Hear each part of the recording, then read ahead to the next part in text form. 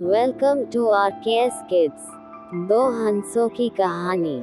बहुत पुरानी बात है, हिमालय में प्रसिद्ध मानस नाम की झील थी। वहाँ पर कई पशु पक्षियों के साथ ही हंसों का एक झुंड भी रहता था। उनमें से दो हंस बहुत आकर्षक थे और दोनों ही देखने में एक जैसे थे, लेकिन उनमें से एक राजा था और दूसरा सेनापति। राजा का नाम था धृतराष्ट्र और सेनापति का नाम सुमुखा था।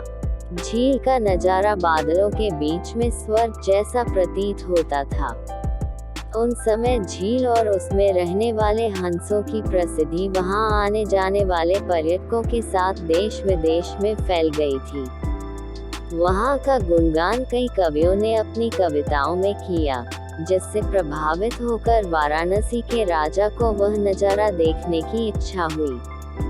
राजा ने अपने राज्य में बिल्कुल वैसी ही झील का निर्माण करवाया और वहां पर कई प्रकार के सुंदर और आकर्षक फूलाए के पौधों के साथ ही स्वादिष्ट फलों के पेड़ लगवाए।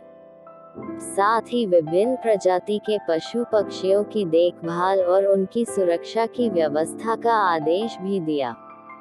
वाराणसी का ये सरोवर भी स्वर्ग जैसा सुंदर था, लेकिन राजा के मन में अभी उन दो हंसों को देखने की इच्छा थी, जो मानस सरोवर में रहते थे।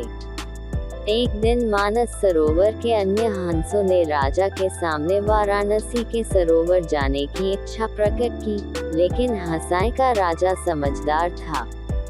वह जानता था कि अगर वो वहां गए तो राज उन्हें पकड़ लेगा।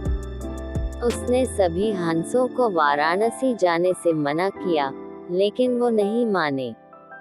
तब राजा और सेनापति के साथ सभी हंस वाराणसी की ओर उड़ चले।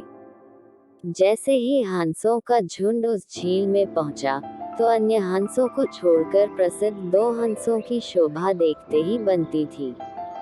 सोने की तरह चमकती उनकी चोंच, सोने की तरह ही नजर आते उनके पैर और बादलों से भी ज्यादा सफेद उनके पंख हर किसी को अपनी ओर आकर्षित कर रहे थे। हंसों के पहुंचने की खबर राजा को दी गई।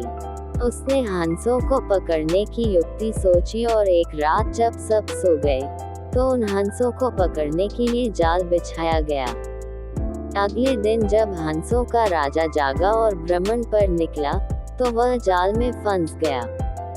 उसने तुरंत ही तेज आवाज में अन्य सभी हंसों को वहां से उड़ने और अपनी जान बचाने का आदेश दिया।